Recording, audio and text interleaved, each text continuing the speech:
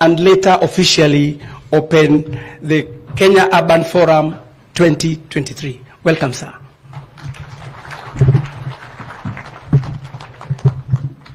Thank you very much. Please, let's take our seats. Asanteni sana. Ministers present, Principal Secretaries present, Your Excellencies, Governors, Members of Parliament, Senators, the membership of the County Assembly of Nakuru, distinguished participants and delegates, good afternoon. Last week, at the launch of the second session of the UN Habitat Assembly, and Madam Maimuna has spoken to it, I participated in a forum that reflected at great length on the urgency, challenges, and opportunities in connection with sustainable urbanization.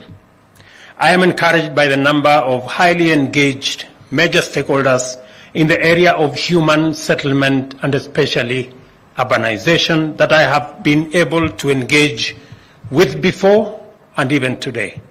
Clearly, urbanization is a defining trend of the next phase of socioeconomic development, is a matter that should occupy us immensely because sustainable solutions are urgently needed to enable our countries govern effectively and serve efficiently. Urbanization is a general human trend at all times. However, rural poverty, underemployment is driving increasing numbers of people to urban areas in search of opportunities. In our part of the world, urban centers have historically developed only limited capacity and cannot serve large populations adequately.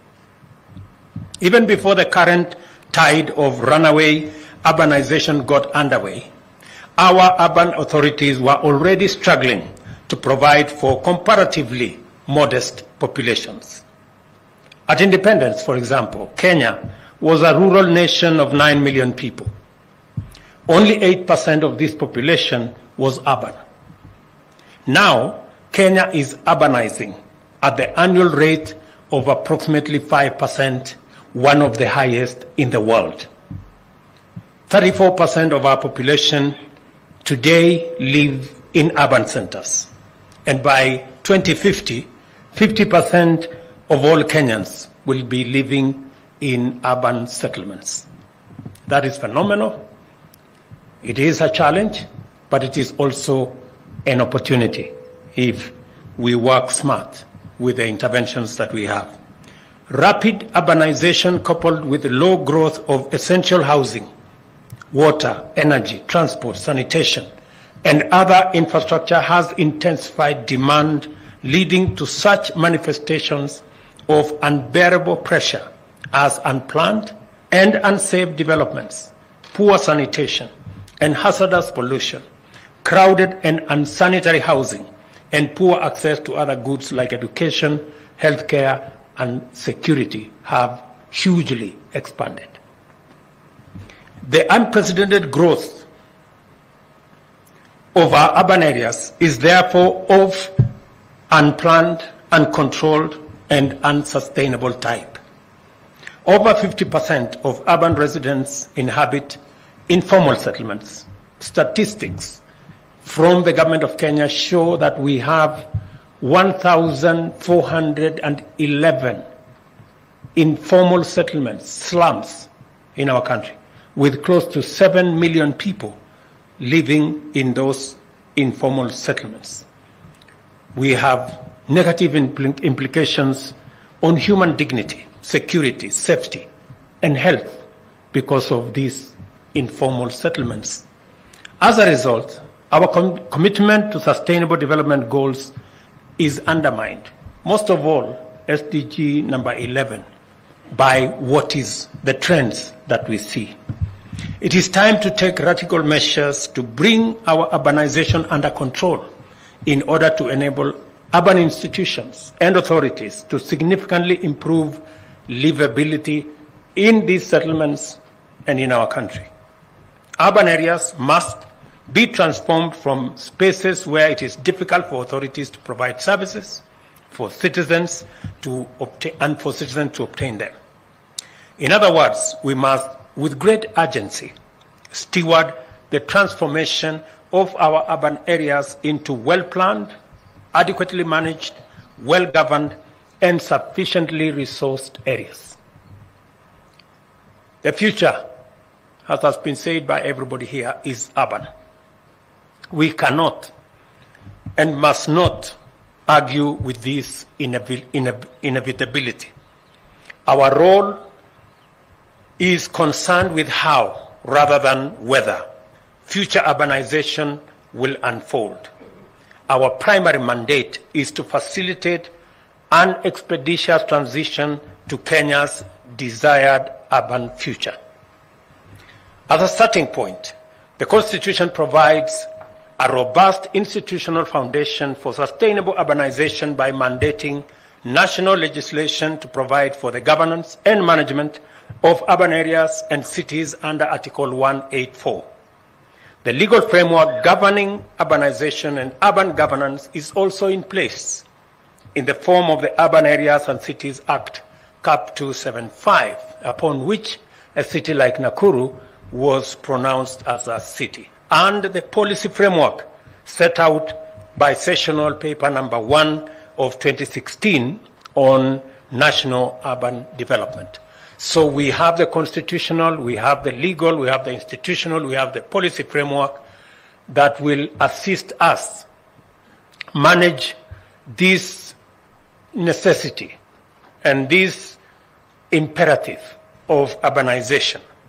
The primary barrier to the implementation of our urban governance and management framework lies in the need to harmonize it with the County Government Act, as well as the Physical and Land Use Planning Act, together with a review of the urban development policy. All those have to be brought in line and to speak together and to synergize so that national legislation, county legislation, the County Government Act speak to the same thing, because urbanization is with us for the present and for the future.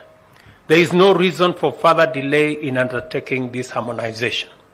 And the Minister and the Council of Governors need to interrogate the areas that need to be harmonized so that we can, with a sense of urgency, be able to do what we have to do.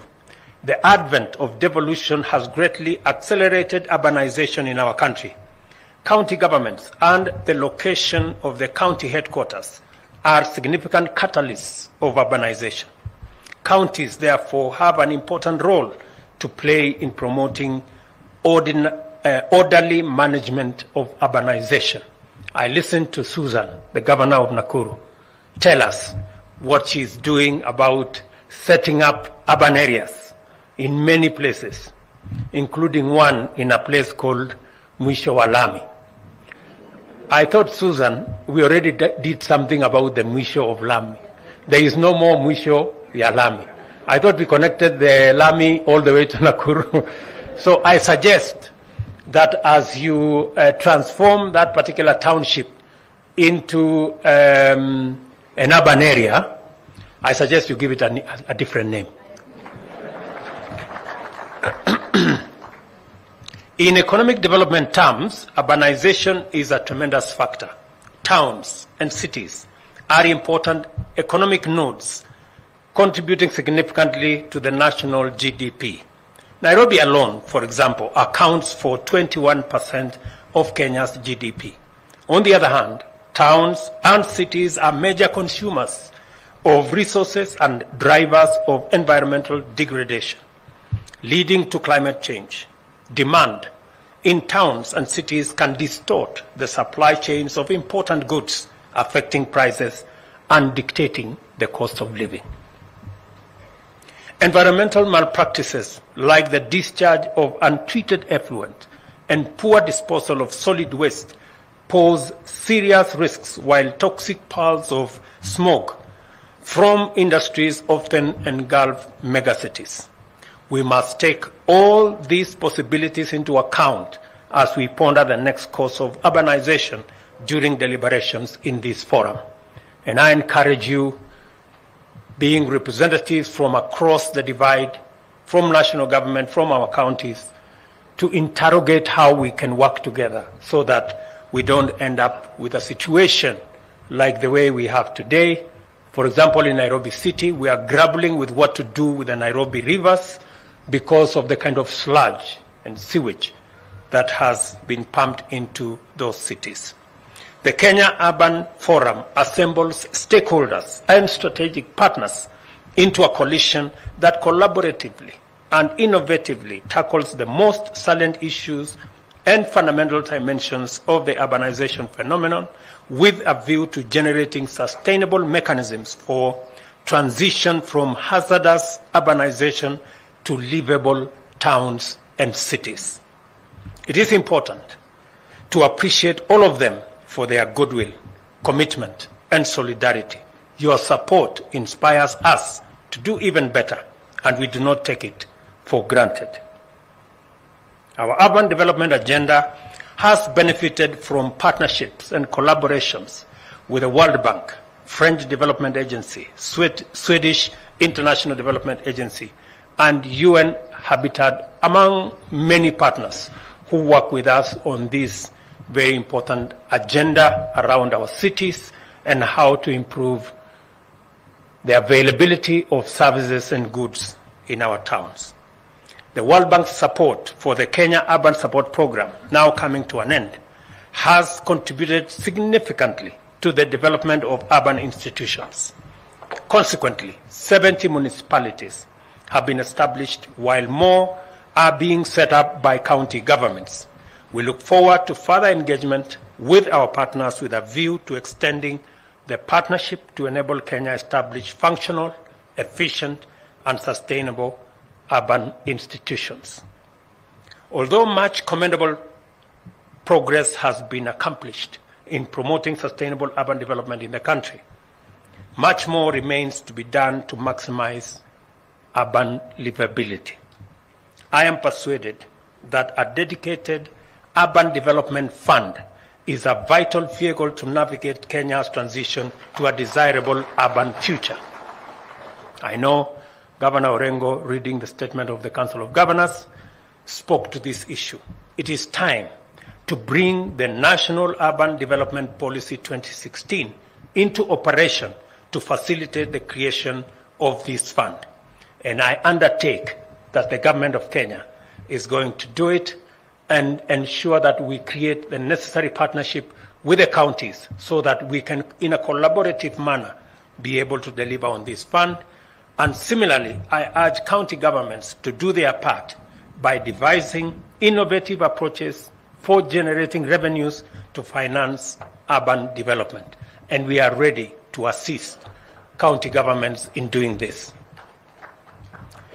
We have integrated affordable housing as a critical pillar of our national bottom-up economic transformation agenda, not only to deal with affordable housing supply gaps, but also as a means of creating employment for millions of our citizens. For the sustainable urbanization imperative to materialize, it must translate into an affordable housing program at its core. And I think I have spoken to this issue severally, and I want to repeat that as we work on the housing program, we've committed ourselves that we are going to roll out the construction of 250,000 houses every year. It is not just about houses. Yes, the houses are important because 7 million of our citizens today live in slums. We owe it to them, to their dignity, and to the well-being of our citizenry, and to the future generations. All our children will be in cities. I hear some people say, how is building a house in the city going to help me? I am living in some rural place. They forget that the people who will be living in those cities will either be their children or their grandchildren, and they have a choice whether these children will be going to live in slums or they will be living in some decent housing units. And apart from sorting out the housing question, it is the whole exercise of creating jobs. How do we increase manufacturing as a percentage of our GDP? How do we make our cement factories to work? How do we make our steel factories to work? How do we engage in ensuring that all our construction products factories are working? How do we ensure that our engineers, our quantity surveyors, our electricians, our masons, our carpenters, our electricians, how do we get this huge body of human capital working? We are generating close to 500,000 people every year from our TVETs. We are generating close to 800,000 young people into the labor market every year. It should concern us as citizens. How are these people going to be meaningfully engaged? We are spending, as I said earlier, we are spending $5 billion, 650 billion Kenya shillings every year in the education of our citizens, from primary school to university. What is our plan to ensure that the output of this great investment contributes to the development of our country? How do we ensure that the women and men who get out of this channel of education, training, and acquisition of knowledge are meaningfully engaged? We have to responsibly think about it. You have convened for the purpose of rigorously engaging views in order to form a fuller appreciation of the state of our urban affairs and then develop strategic pathways towards inclusive and sustainable urbanization. I urge you to use this important opportunity to develop a robust roadmap that will guide our overdue transition to sustainable urban futures. I wish all delegates fruitful deliberations and convey the government's commitment to our shared agenda. I want to thank all our partners for working with us in this very important space, and I look forward with great anticipation to receiving a report of your proceedings on how we are going to manage urbanization into the future. The Kenya Urban Forum, the first in the Republic of Kenya, is now officially open. Thank you very much, and God bless you. Sorry. Thank you very much, Your Excellency. One more round of applause for His Excellency. We just have one more item we'd like to do before we have a one-on-one with you, Your Excellency, with your permission, and that is the signing of an MOU, which is the HCPD 2023-2027, which, with your kind request, we'll ask you to witness, and also the launch of the Nakuru County Spatial Plan. That's the Nakuru County Spatial Plan and the signing of an MOU, HCPD 2023-2027. I'll request we also have the two seats on the podium, kindly, so that we'll then invite the next part of this session, which is going to be a brief session where we'll have a one-on-one with His Excellency, together with the editorial director, RMS, that is Linus Kaikai, who will come on stage. So kindly, those who are helping us with the seats to get on stage, to kindly do that now.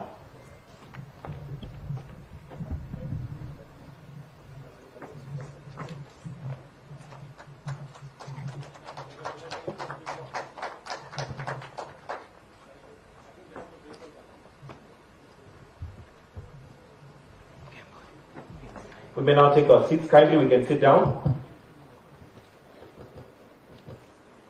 Linus, if I can kindly request that you come on stage, because the next session you're going to be moderating. And for the benefit of introduction, Linus Kaikai is the editorial director, Royal Media Services. He's going to be moderating this session with His Excellency immediately after the signing of the MOU and also the launch of the Nakuru County Spatial Plan.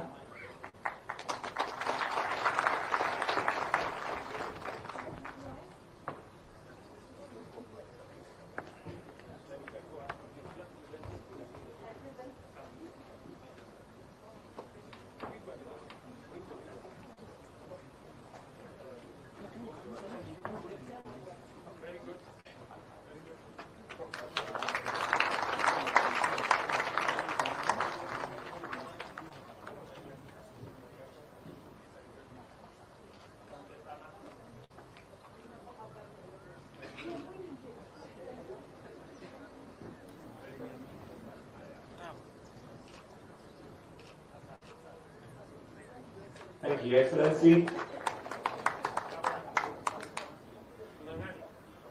A kind request that His Excellency will then join Linus Kaikai on stage to have a brief conversation.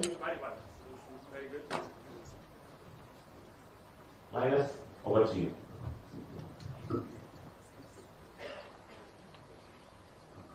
Thank you very much. And Your Excellency, President William Ruto, our conversation will come quite broadly from the remarks you have made. And I've picked something that you've said about your mandate to transition the country to a desired urban future. And there's something you've pointed out there as a standing problem. And that is the problem of existing planning gaps. And you said, I can quote you, Mr. President, that yours is to convert the urban areas to be spaces where authorities can provide services and the residents of those areas can receive those services. I think, Mr. President, you are talking to a very serious problem. If you look at, for example, the city of Nairobi, whose last planning is said broadly to be dependent on what the colonial authorities left. On the planning element, Mr. President, what are your immediate interventions? First, let me contextualize this. As I said in my statement, Kenya is urbanizing at the rate of between 4.4 and 5%, the highest, one of the highest globally. The future is urban.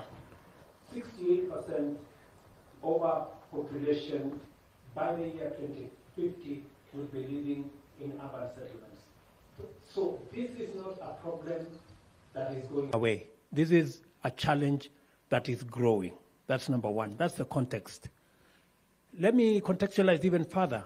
We have, as I said, 1,411 slum dwellings in Kenya, the largest being in the city of Nairobi and in many of our cities. So when we talk about slums, many people cannot figure it. They think we are talking about Nairobi or some other obscure place. We have slum dwellings, including in Naivasha, right here. We have it in many towns. So the challenge of urbanization is with us. The challenge of informal settlements is with us. Appreciating that problem is actually big steps in sorting it out. It is part of the reason that we thought through this problem, and that is why housing is one of the programs that informs my administration's agenda. And it is because it starts with what you have said. We have not appreciated the planning aspects. And because we have not appreciated the planning aspects, that is why we are unable to plan for goods, for services in our urban centers.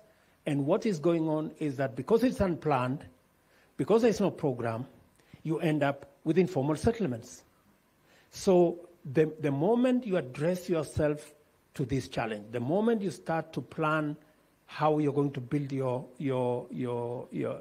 cities, how you're going to provide for housing, then it informs where the markets are, where the schools will be, how mobility will be planned, where, what kind of categories will be built where. So the planning element rolls in because you cannot run the housing plan without first having a proper plan.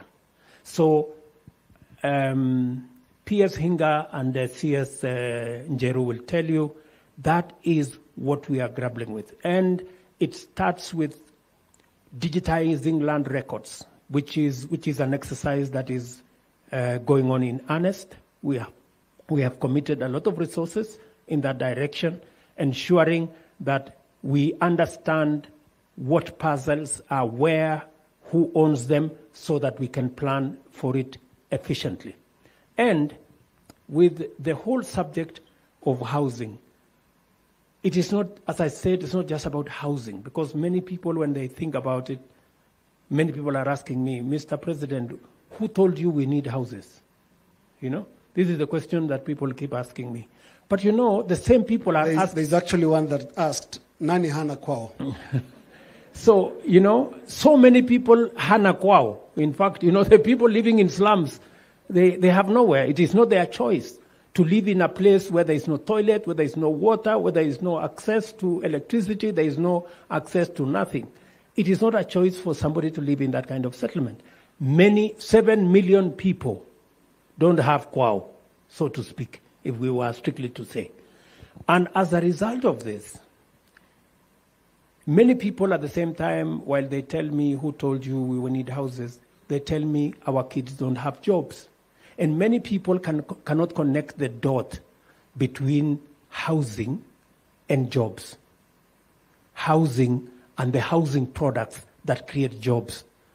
They do not get a relationship, they cannot connect the dot between housing and electricians and masons and carpenters and engineers and quantity surveyors and architects and all that. So it is our responsibility as government to assist fellow citizens to connect the dots and to understand that housing delivers dignity to the people living in informal settlements, creates jobs for our young people, creates jobs in our industries, gives opportunity for all of us to live in an organized society, and most importantly, many of our counties today, including Siaya, where Orengo comes from, a lot of agricultural land is being subdivided for settlement, when in the flip side,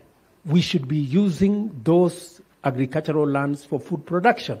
And what happens is that we end up with a competition between food and settlement. And the reason why we have a big debate today in Kenya about the cost of living, because only 14% of Kenya is arable, has opportunity for us to grow our food. That's why we are imagining Galana. That's why we are imagining other areas, because we have limited land for agricultural production. So this whole exercise about housing speaks to more things than a mere 4 walls that makes a house. Your Excellency, I just want to follow up on what you've said about agricultural land, which is being lost to settlements. And I would like to hear your thoughts on how you intend to fix that, because you've expressed your concern a couple of times. At one time, you spoke about the 50 by 100s that are basically reducing land to unproductive standards. How do you intend to fix that in this urban strategy? You know, the reason why you find people in Mlolongo, now they have gone beyond Mlolongo, they have gone beyond Gitengela. Now they are approaching Isinya. Lengu keeps telling me, you know, what is going on, Mr. President? You know, we are losing, we have nowhere to graze our cows. It is because people don't have opportunity. People cannot have no access. The land in Nairobi, you cannot afford, you know? Every house is, I think we did an analysis, I think Hinga can tell you, we did an analysis on average. The cheapest house in Nairobi was about 11 million. Now, because of affordable housing, we are bringing it from 11 million to between 600,000 and 1 million. That means the fellow going to Isinya has no reason to go to Isinya anymore. Whatever he's looking for in Isinya, he can find it in the middle of Nairobi. That's what affordable housing does. So once we have created an incentive for somebody not to go and look for 50 by 100, because the reason why they are going to look for 50 by 100 is because they cannot find a house that they can afford. And that is why we are talking about affordable housing. so that instead of subdividing agricultural land, we create incentives for people to buy affordable houses, which sorts out the problem they are trying to sort out by going to subdivide agricultural land. So we are flipping it, you know. Don't blame the people who are going to support, to subdivide agricultural land. It is because there is opportunity. But we want to decimate that opportunity by making sure that there is a house that is affordable. You don't have to subdivide agricultural land. Take, for example, where you come from. That's beautiful agricultural land. But with time, you will see subdivision. Many of the ranches are now being subdivided to be owned by individuals. I had Governor Lenku, I had Governor of Narok. They were saying, we must be careful because this subdivision of ranches into individual titles is eventually going to subdivide this land and make it unusable for agricultural or even pastoral activity. So we need to deal with that challenge, and to answer directly your question, we are providing alternative so that it is no longer tenable, it is no longer attractive to go to Kitengela because you can find the same thing in the city where it is easier to get to your work, where there are other settlements, where you have access to water, you have access to transport, you have access to a market, you have access to school, you have access to a hospital, and even for government, it is a lot easier to deliver government service in a place where it is planned and we can keep all settlements in one place. It is easier to deliver water, it is easier to deliver transport, it is easier to deliver all services rather than stretching every service to people living in different parts of our country. Thanks, Your Excellency. You speak of incentives, and I would like to hear, at a policy front, where is the interface with the counties? Because you mentioned land that is being lost that used to be agricultural going to settlements. And I have in mind Kiambu County, which once used to be the bastion of coffee farming, and now it is a game park of flats. What are those incentives? And at the policy front, what is the conversation going to be like between your government, the national government, and those in the counties? By the way, if there is one place the counties and the national government have a convergence of action and ideas and a concurrence of agreement, it is on housing. Every county that I can remember, every county have actually identified a place for us to do affordable housing because they see the opportunity to provide for housing for their citizens, to create jobs for their counties, to create industry for their counties. Kiambu, you have mentioned, Governor Wamatangi is here. We've had many conversations with Governor Wamatangi. In fact, Governor Wamatangi is among the counties that have given us the most number of plots for us to do affordable housing because they see the opportunity.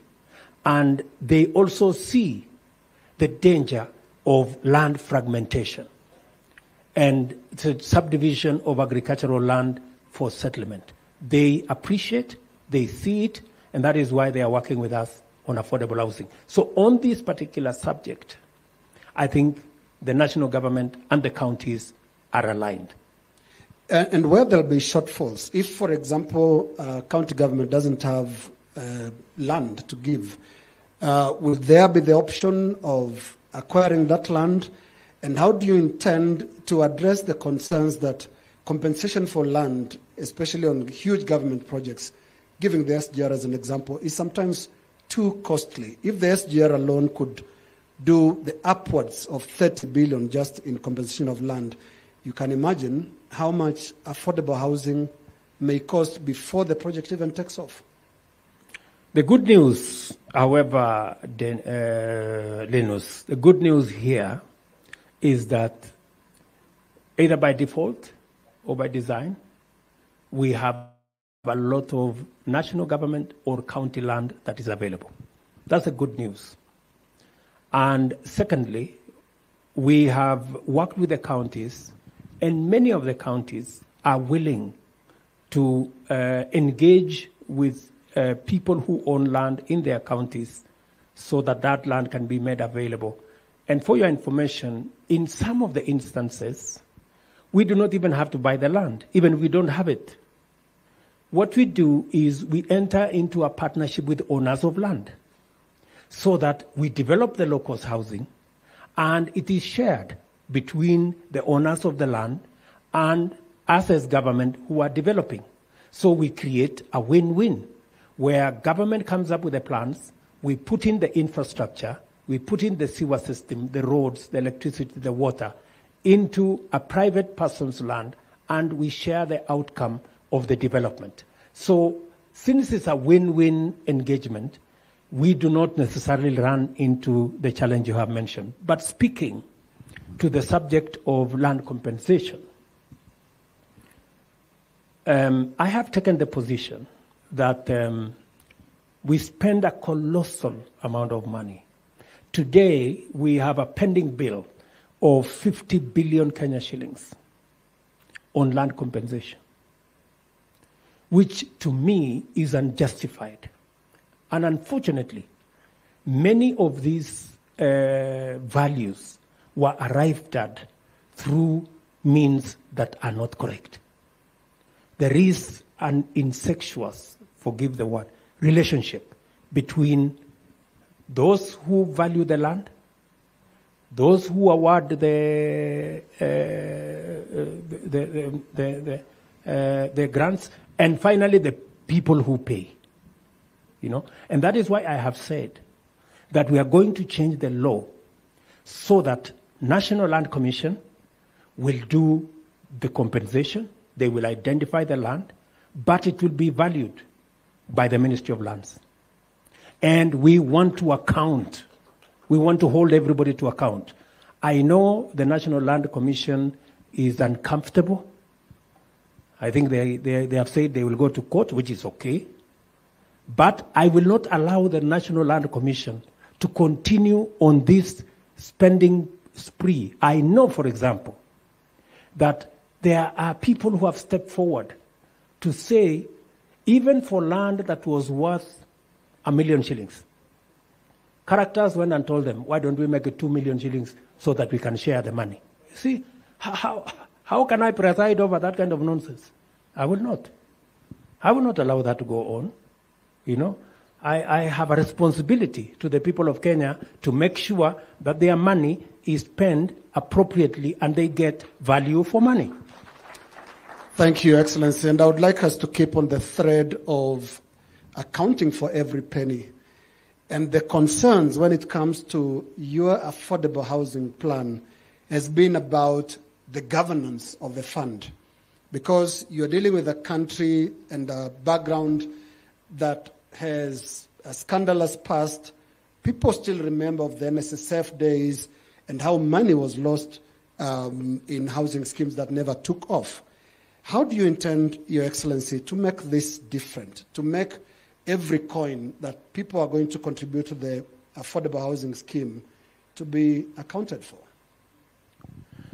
It is justified that in the past we have not used public resources, and the era of NSSF housing comes to the mind of many Kenyans. It is also true that we have a housing problem. It is also true that we have an employment problem. It is also true that by engaging in housing, we have the possibility of not just sorting out the housing problem, the unemployment problem, and the manufacturing problem.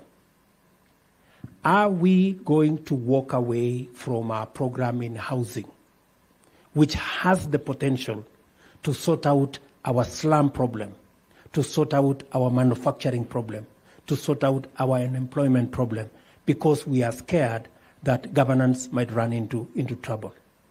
it is our responsibility to sort out the governance. We must not allow governance to stand in the way of the huge opportunity that we have to transform our country. And it is our responsibility. And I have said that I am willing to look Kenyans in the eye and to say the buck stops with me, and I will answer for it.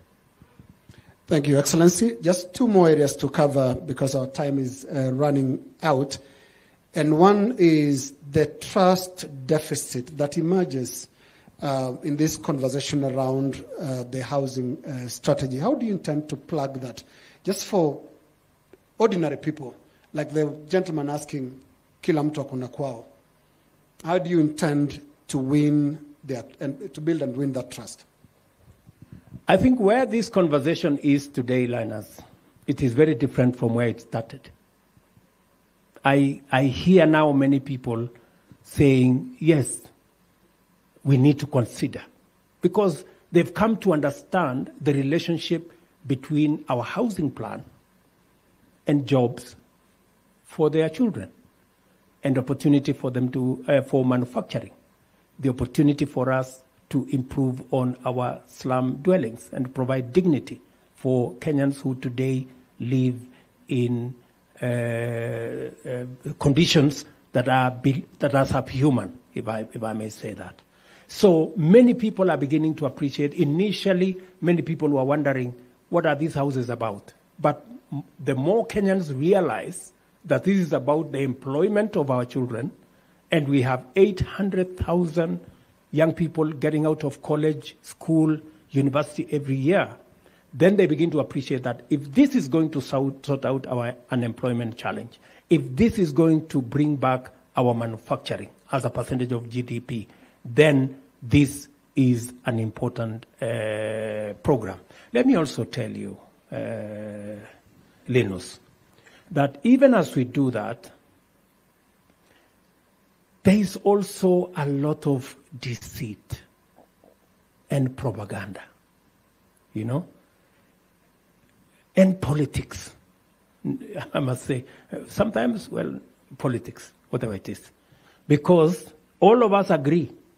I have never come across one leader who does not agree that housing will sort out our problem.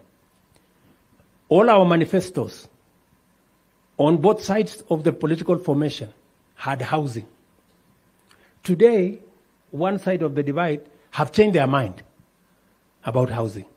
It is not because they have a different conviction, but it's because they want to play politics. I think as a nation, there must be a fine line between what we can play politics with and what we can do together as a country. And finally, the media. Tell me, Your Excellency. The media has spun huge propaganda. Oh, I don't know what. Oh, I don't know what. Sometimes we try to understand that the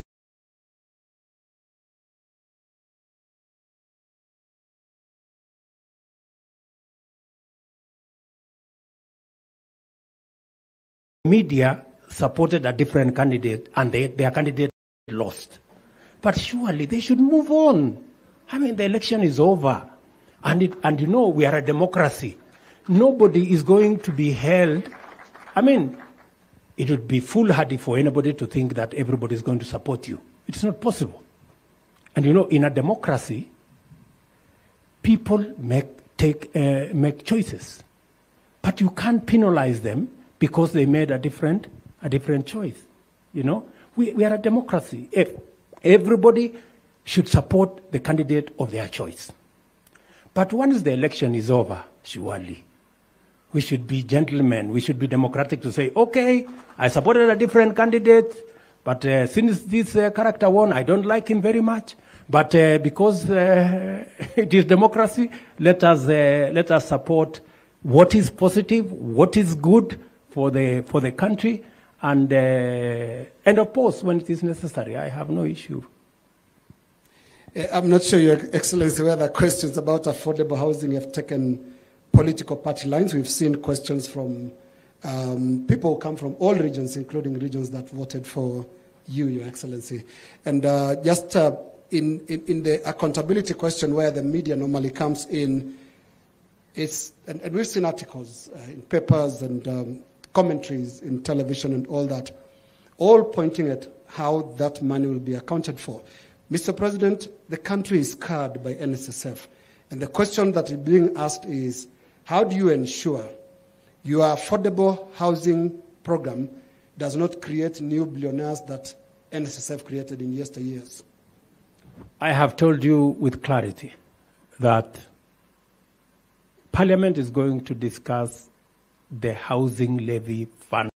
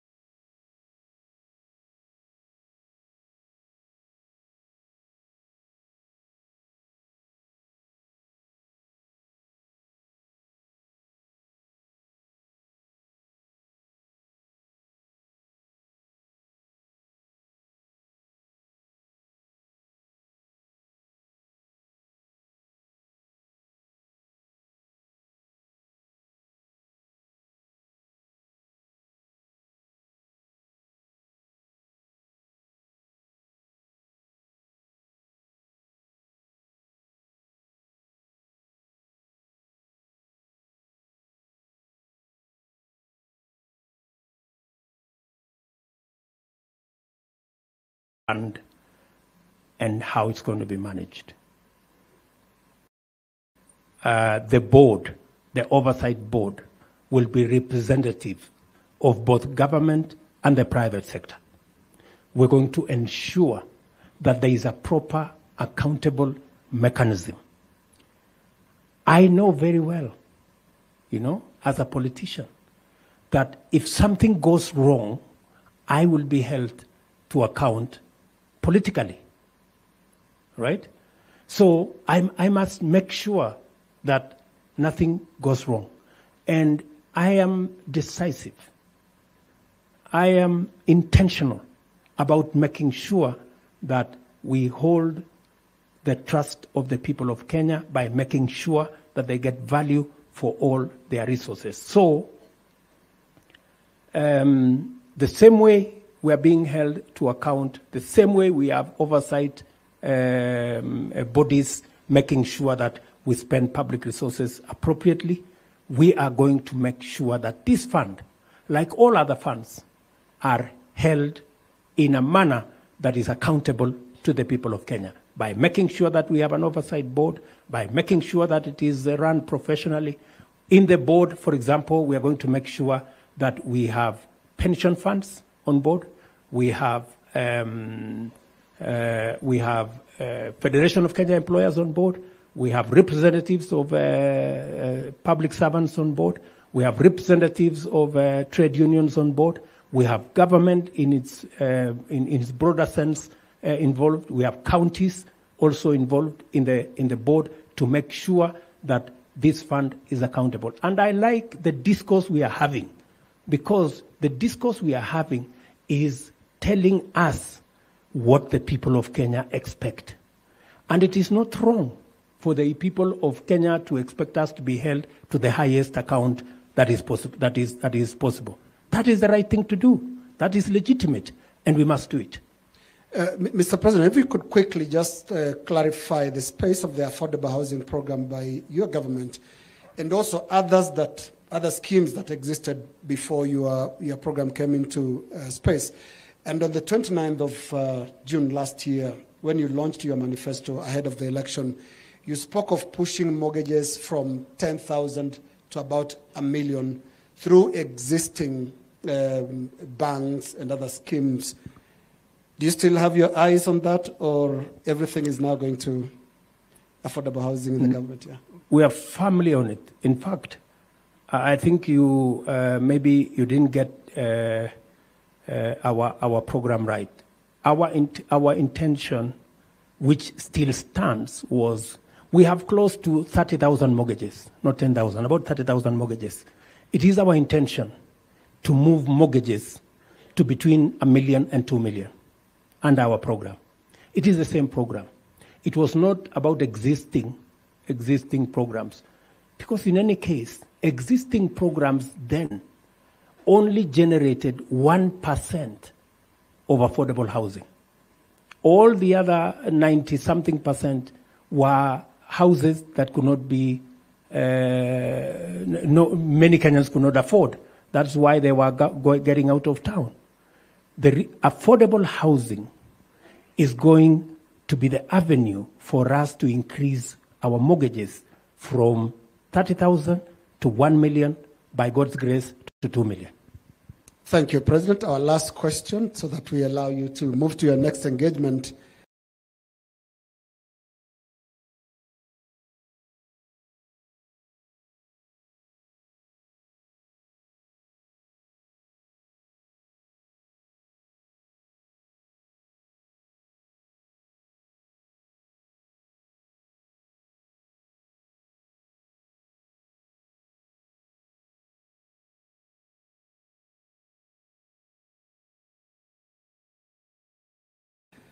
I would like to finish up on the Kenya.